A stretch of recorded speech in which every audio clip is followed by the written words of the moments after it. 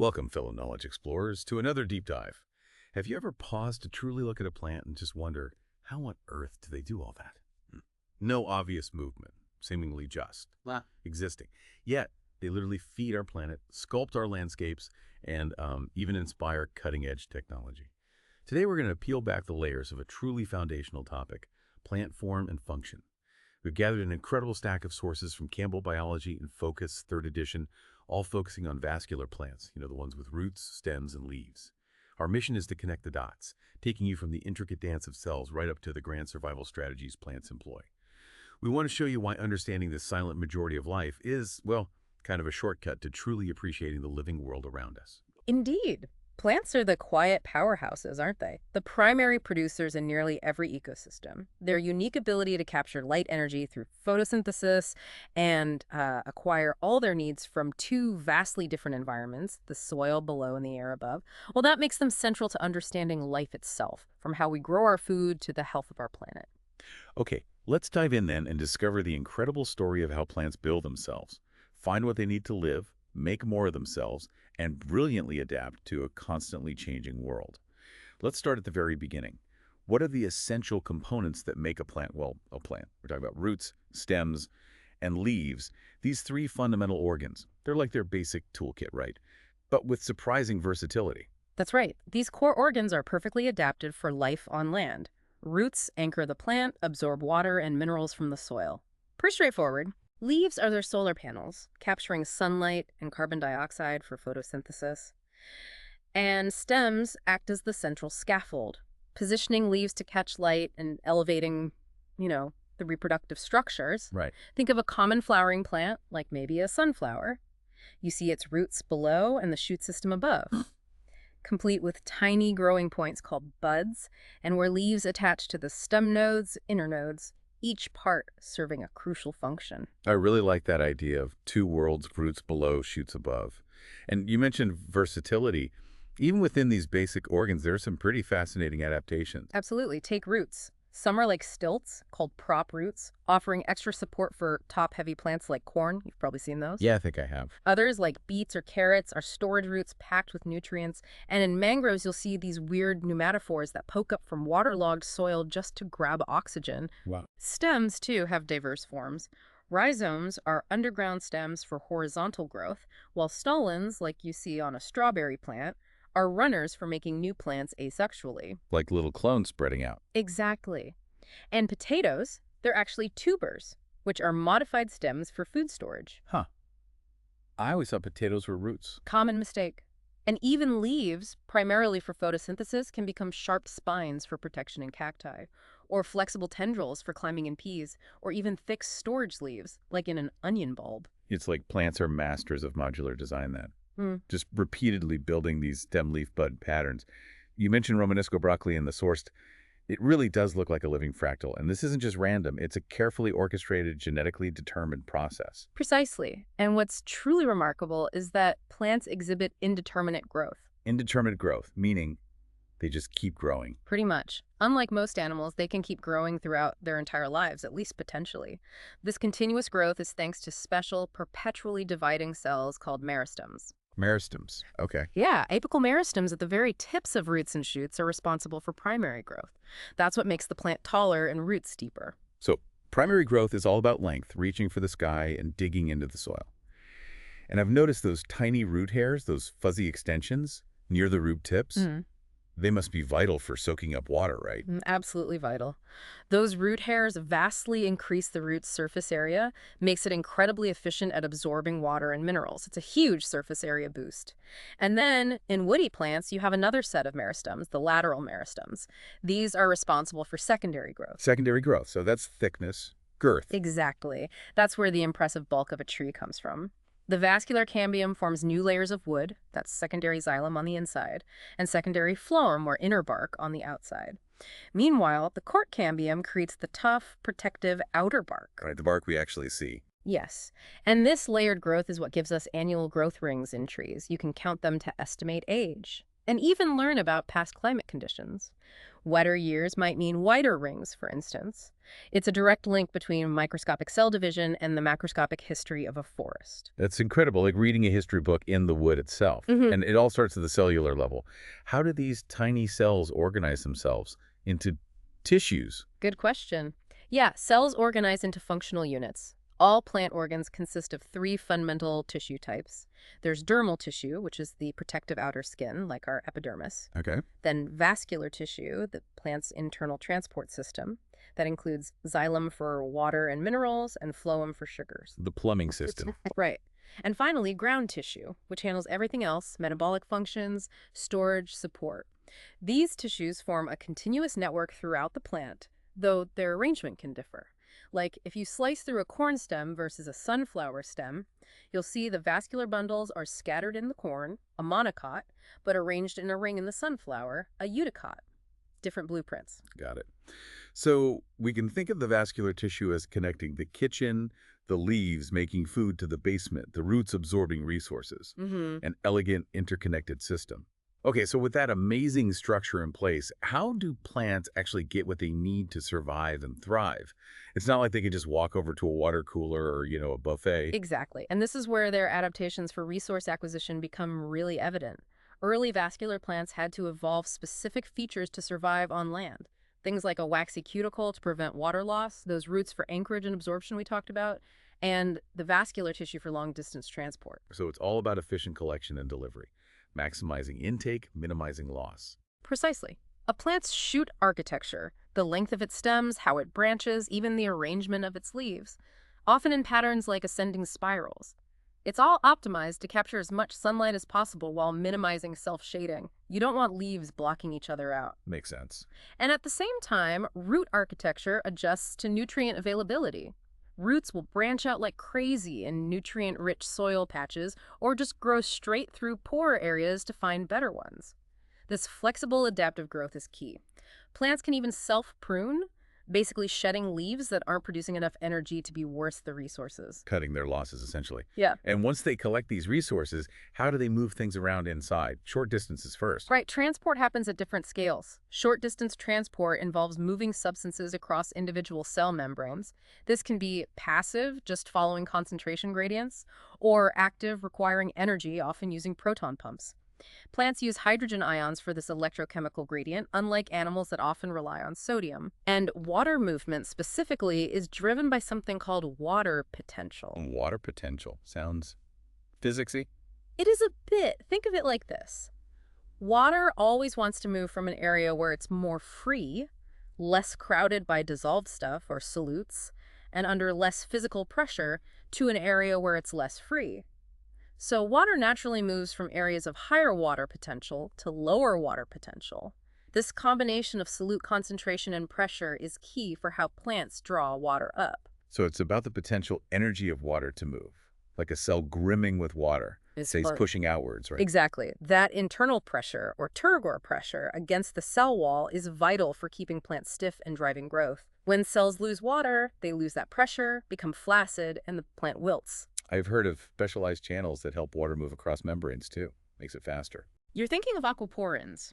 They're specialized protein channels in cell membranes that act like rapid water gates. They significantly speed up water movement in and out of cells. This helps a plant quickly adjust its water balance, affecting its overall turgor, whether it looks wilted or upright. Gotcha. And water can move through different pathways, too. Yes, two main routes for short-distance travel. The apoplast pathway is through the cell walls and the spaces between cells, kind of like moving along the outside. The symplast pathway is through the connected cytoplasm of adjacent cells, linked by channels called plasmodesmata, moving through the living parts. Okay, apoplast outside, symplast inside. But for the big journeys, like water from the roots all the way to the top of a tall tree, it can't just be diffusion, right? That would take forever. No, absolutely not. That's where long-distance transport by bulk flow comes in. It's much faster. Water and minerals move up the xylem vessels from roots to shoots, driven primarily by transpiration. Transpiration, that's the water evaporating from the leaves. Exactly. Evaporation of water from leaves, mainly through tiny pores called stomata. This evaporation creates a powerful negative pressure, basically a pull, at the top of the water column. Like sucking on a giant, continuous straw that runs from the roots to the leaves. That's a great analogy. It's explained by the cohesion-tension hypothesis. Water molecules are like tiny magnets sticking tightly to each other. That's cohesion, thanks to hydrogen bonds. They also stick to the hydrophilic walls of the xylem tubes. That's adhesion. So the combination of cohesion, adhesion, and the tension from transpiration pulls that entire column of water upwards, sometimes over huge distances. Wow. And those stomata, the pores, they must be crucial for regulating this whole process, balancing water loss with CO2 intake. Absolutely crucial. Tiny guard cells flank each stomatal pore. They change shape, kind of like inflating or deflating little balloons. They do this by actively pumping potassium ions in or out. Water follows by osmosis, causing the guard cells to swell and open the pore or shrink and close it. So they're like tiny gatekeepers. Precisely. It's how a plant exquisitely balances taking in the CO2 it needs for photosynthesis with minimizing precious water loss, especially when conditions are dry. And plants in very dry places, xerophytes, have incredible adaptations: thick, waxy cuticles, stomata recessed in pits, even specialized forms of photosynthesis like CAM, all to drastically reduce water loss. Amazing ingenuity. Okay, so that's water and minerals up the xylem. What about the food plants make through photosynthesis? How do those sugars get distributed? Right, the sugars, mainly sucrose, are transported through the phloem. This process is called translocation, and it's generally a source-to-sink movement. Source to sink. Yeah. A sugar source is where sugar is produced, usually mature leaves or released from storage. A sugar sink is where sugar is consumed or stored. Think growing roots, buds, fruits, or storage organs like that beetroot building up its reserves. So the direction can change depending on the plant's needs. Exactly. A storage root could be a sink in the summer and a source in the spring when growth resumes. Loading sugar into the phloem sieve tubes at the source often requires active transport, which builds up sugar concentration. Water follows by osmosis, creating positive pressure flow that pushes the sugary sap towards the sink, where sugar is unloaded and water exits, reducing the pressure. So xylem pulls, phloem pushes, roughly speaking. That's a decent way to think about the pressure differences. Yeah, it's driven differently. So much complex transport just to get the nutrients. What are these essential ingredients anyway, besides carbon, hydrogen, oxygen from air and water? Plants require specific mineral elements from the soil for healthy growth. We group them into macronutrients and micronutrients. Macronutrients are needed in relatively large amounts, things like nitrogen, phosphorus, potassium, sulfur, calcium, magnesium. They're major building blocks and involved in metabolism. Right. I often see NPK ratios on garden fertilizers: nitrogen, phosphorus, potassium. So those are the big three plants often run short on. They are the most common limiting nutrients in many soils, yes, which is why they're key components of fertilizers. Soil pH also plays a huge role in how available all minerals are to the plant roots. And the micronutrients. Needed in smaller amounts. Tiny amounts, yeah, but still essential. Things like chlorine, iron, manganese, boron, zinc, copper, nickel, molybdenum. They often act as cofactors for enzymes, critical for reactions. Got it. And it's important to remember that plants rarely work alone in getting these nutrients right. They have partners. Absolutely. Plant nutrition frequently involve incredible partnerships, mutualisms with other organisms. Mycorrhiza are a prime example. Fungi associating with roots. Exactly. These are crucial associations between roots and fungi. The fungal filaments, the hyphae, essentially extend the root's reach, dramatically increasing the surface area for absorbing water and minerals, especially phosphorus. In exchange, the plant provides the fungus with sugars made during photosynthesis. It's a classic win-win. A very ancient and successful partnership. And then there's nitrogen fixation. Yes. Another critical mutualism involves nitrogen-fixing bacteria, like rhizobium, that live in nodules on the roots of legumes, peas, beans, clover. These bacteria perform a vital service. They convert atmospheric nitrogen gas, N2, which plants can't use directly, into a usable form like ammonia NH3 or ammonium NH4+. That's amazing. So they make fertilizer right there in the root. Pretty much. And it's incredibly effective. This symbiosis provides more usable nitrogen to ecosystems globally than all industrial fertilizers combined. Wow. And I remember reading about legumoglobin in those nodules. Yeah. It acts like our own hemoglobin, managing oxygen levels for the bacteria. It does. It's an oxygen buffer, creating the low oxygen environment needed for the nitrogenase enzyme to work. A brilliant adaptation. But not all plant nutritional strategies are mutualistic. You also have fascinating outliers like epiphytes, plants that grow on other plants but don't harm them, just using them for support. Like some orchids or Spanish moss. Exactly. Then there are parasitic plants like mistletoe or dodder that actually tap into the host plant's vascular system to steal water and nutrients. Less friendly neighbors. Definitely. And of course, the carnivorous plants, Venus flytraps, sundews, pitcher plants. They supplement their mineral diet, particularly nitrogen, by trapping and digesting insects, usually because they live in really nutrient-poor soils like bogs. So many ways to make a living as a plant. Okay, so they grow, they get their food. How do they make more plants? Reproduction seems pretty varied too. It really is. But flowering plants, the angiosperms, are particularly important because they dominate most landscapes and, well, they feed the world. Their life cycle involves an alternation of generations. Right, I remember that term. Alternating between two forms. Yes, between a diploid sporophyte, which is the familiar plant we usually see, the tree or the flower, and a tiny microscopic haploid gametophyte stage, which produces the gametes.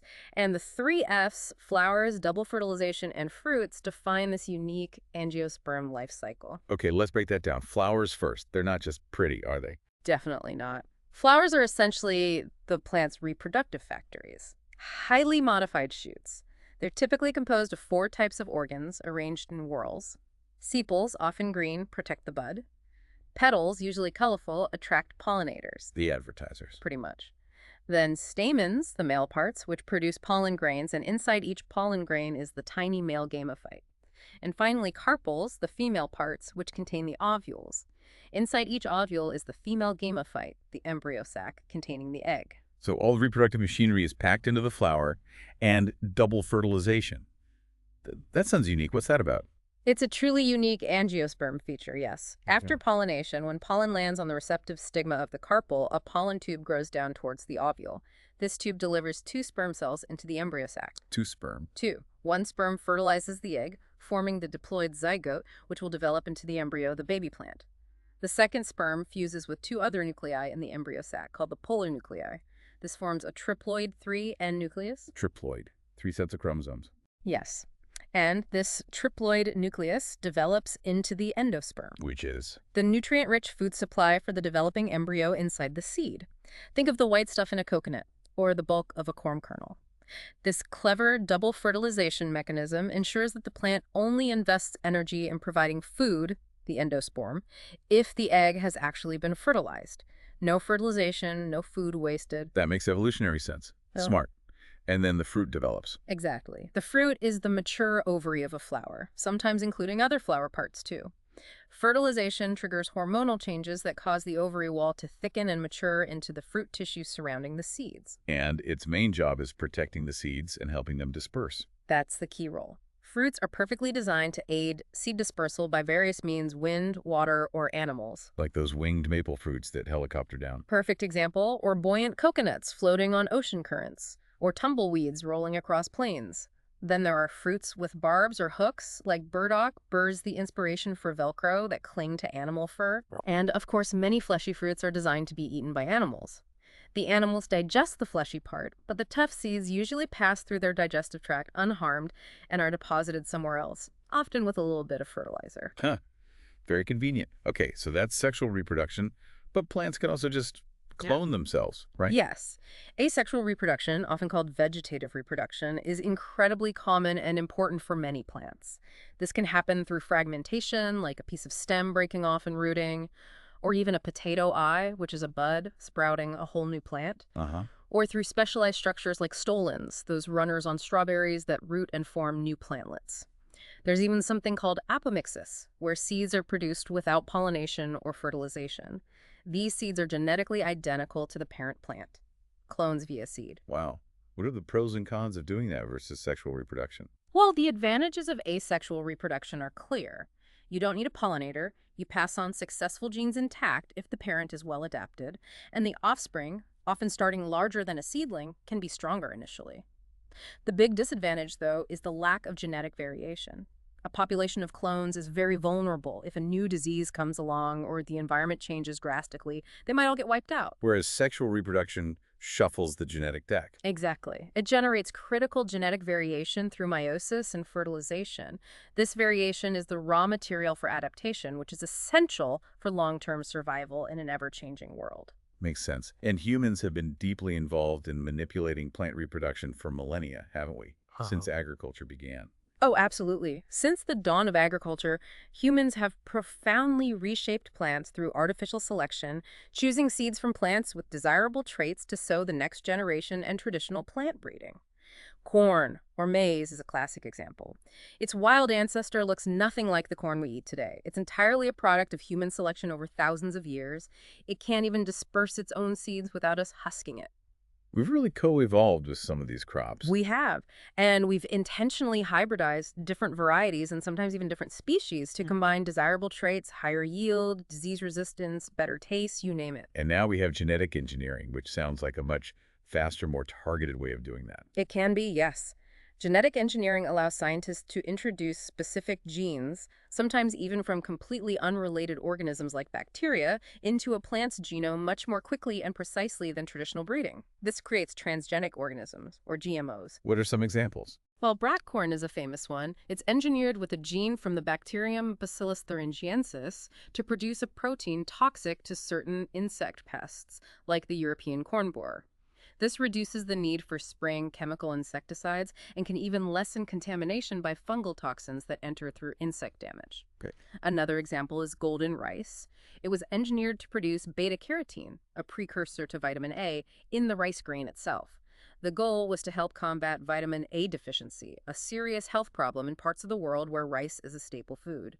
And researchers are working on engineering staple crops like cassava for increased iron and beta-carotene, or biofuel crops like switchgrass and poplar for traits like reduced lignin content, which makes them easier to convert into fuels. But these GM crops aren't without controversy, are they? There are ongoing debates. Yes, there are important discussions and legitimate concerns. These often revolve around potential risks, like the possibility of introducing new allergens, potential harm to non-target organisms like beneficial insects, and the issue of transgene escape. Transgene escape, meaning the engineered genes spreading to wild relatives. Exactly. The worry is that genes conferring traits like herbicide resistance could spread to weedy relatives, potentially creating superweeds. However, scientists are actively researching and implementing strategies to minimize these risks. Things like engineering male sterility so the GM plant can't produce viable pollen, or incorporating epimixis so reproduction is clonal, or engineering the transgenes into the chloroplast DNA, which in many plants is inherited only from the female parent. So it's a complex picture. Balancing potential benefits like higher yields, better nutrition, or reduced pesticide use against potential ecological and health risks requires a careful assessment. It does. Rigorous testing, ongoing research, and transparent communication are crucial for making informed decisions about these technologies. Okay, let's shift gears. What's truly amazing is how plants, just rooted in one spot, perceive and react to everything happening around them. It almost feels like a hidden intelligence. They certainly are incredibly responsive. They respond to challenges and opportunities not primarily by moving around like animals, but by altering their growth patterns and development. And this coordination relies on complex internal communication networks, signal transduction pathways, often mediated by incredibly potent chemical messengers we call plant hormones or plant growth regulators. Hormones, okay. Like in animals, but different ones. What are some of the big players in the plant world? There are 5 classic groups of plant hormones that coordinate a huge range of responses. First, maybe the most famous, is auxin. Auxin, I've heard of that one. Involved in growth towards light. Yes, it's famous for promoting cell elongation in shoots, which is key for phototropism, the bending towards light. It also establishes patterns like where leaves emerge along the stem, and it causes apical dominance, where the main growing tip, the apical bud, suppresses the growth of side buds, the axillary buds. So that's why if you snip off the top of a plant, it often gets bushier. You remove that auxin source, suppressing the side buds. Precisely. And the way auxin promotes elongation is thought to involve activating proton pumps in the cell membrane. This acidifies the cell wall, activating enzymes that loosen it up, allowing the cell to expand under trigger pressure, the acid growth hypothesis. Clever mechanism. Okay, who's next? Then we have cytokinins. These primarily stimulate cell division, or cytokinesis, and differentiation. They often work in concert with auxin. The ratio between them influences whether roots or shoots develop. Cytokinins also tend to promote lateral branching, counteracting apical dominance to some extent. So auxin says grow tall, cytokinin says grow bushy. Kind of? In a very simplified sense, yes. They interact to control that balance. Then there are gibberellins. These also promote stem and leaf growth. They were actually discovered because of a fungus that caused rice seedlings to grow ridiculously tall and spindly, the foolish seedling disease. Oh. Gibberellins also play key roles in helping seeds break dormancy and germinate, and they promote fruit growth. They're used commercially to make seedless grapes larger. Interesting. So those are mostly growth promoters. Are there hormones that slow things down? Yes, the main growth-slowing hormone is abscisic acid, or ABA. It's crucial for promoting seed dormancy. This ensures seeds don't germinate prematurely, maybe during a warm spell in winter, only to be killed by the next frost. They wait for the right sustained conditions. The survival mechanism. Definitely. ABA also plays a critical role in a plant's response to drought. When water is scarce, ABA levels rise, signaling the stomata, those guard cells we talked about, to close rapidly and conserve water. A very important emergency brake. Indeed. And finally, there's ethylene. This one's unusual because it's a gas. A gaseous hormone. Yes. Ethylene is associated with various stress responses, drought, flooding, mechanical pressure. It also triggers senescence, which is programmed cell death, like in flower petals fading, and leaf abscission, the process of leaves detaching and falling in autumn. And famously, it promotes fruit ripening. Ah, the one bad apple spoils the whole bunch phenomenon. That's ethylene gas spreading. That's exactly ethylene at work. A ripening fruit produces ethylene, which signals nearby fruits to ripen too. That's a great real-world example, and ethylene also triggers that triple response you mentioned earlier, when a seedling hits an obstacle underground. Yes. If a growing seedling encounters mechanical stress, ethylene production causes it to slow its upward elongation, thicken its stem for strength, and start growing horizontally to navigate around the obstacle. A neat little survival trick. Plants are just amazing problem solvers. Okay, so they respond to internal chemical signals. What about external cues, like light, beyond just photosynthesis fuel? Oh, light is incredibly important as an informational signal, shaping plant development. This is called photomorphogenesis. For instance, plants have blue light photoreceptors that control responses like the initial elongation of seedlings after germination and the opening of stomata in the morning. They see blue light specifically. Yes. And they also have phytochromes, which primarily detect red and far red light. These are crucial for things like seed germination and shade avoidance. Phytochromes act like molecular light switches. Red light, abundant and direct sunlight, converts phytochrome to an active form, PFR, that promotes germination. Far red light, which dominates under a dense canopy of leaves, converts it back to an inactive form, PR, inhibiting germination. So a seed can tell if it's buried under other plants and maybe wait for a gap to open. Exactly. It's sensing the quality of light. Phytochromes also help plants detect shade and trigger responses like growing taller to reach more direct light. Wow. And plants have daily rhythms too, like us. They do. Plants have circadian rhythms, internal biological clocks with a cycle of about 24 hours. These regulate many daily processes like transpiration rates or the synthesis of certain enzymes, even in constant conditions. These internal clocks are entrained or synchronized to the actual day-night cycle by external cues, primarily light. And they use light to tell the seasons too, right? For flowering. Yes, that's photoperiodism, the physiological response to the relative lengths of day and night. It allows plants to detect the time of year and schedule critical events like flowering appropriately.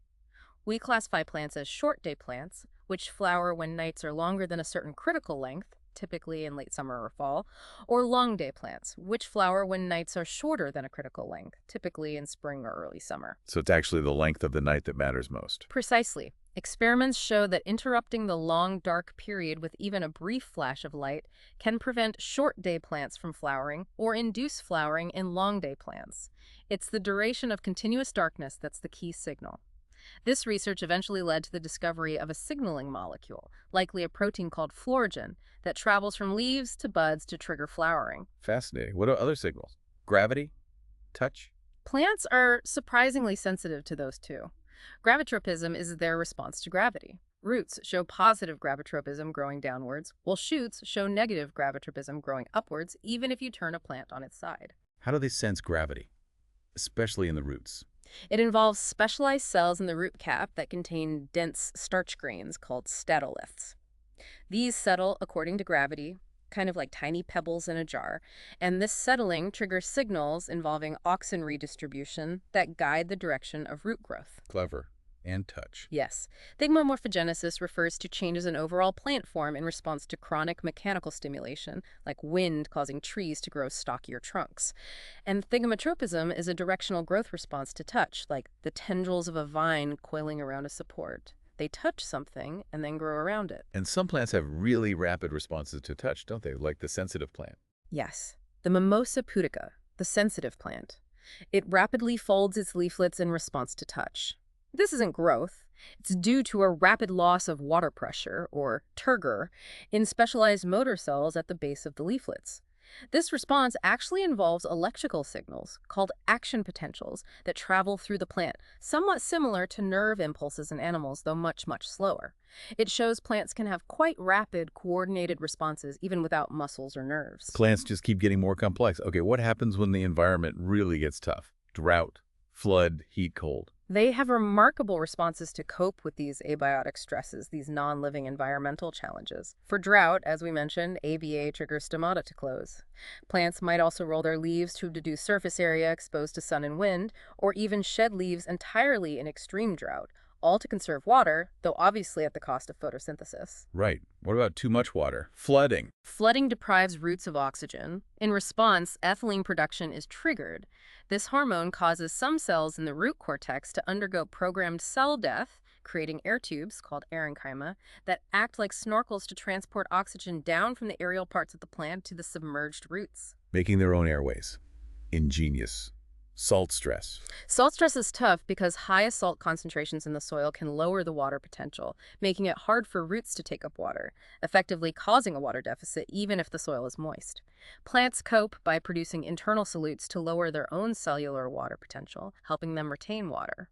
Some specialized plants adapted to salty environments, halophytes, even have salt glands on their leaves to actively pump out excess salt. Wow, heat and cold. For heat stress, transpiration provides evaporative cooling, just like sweating helps us. But if it gets too hot, enzymes and other proteins can start to denature or lose their shape and function. Plants produce special heat shock proteins that help protect other proteins from heat damage.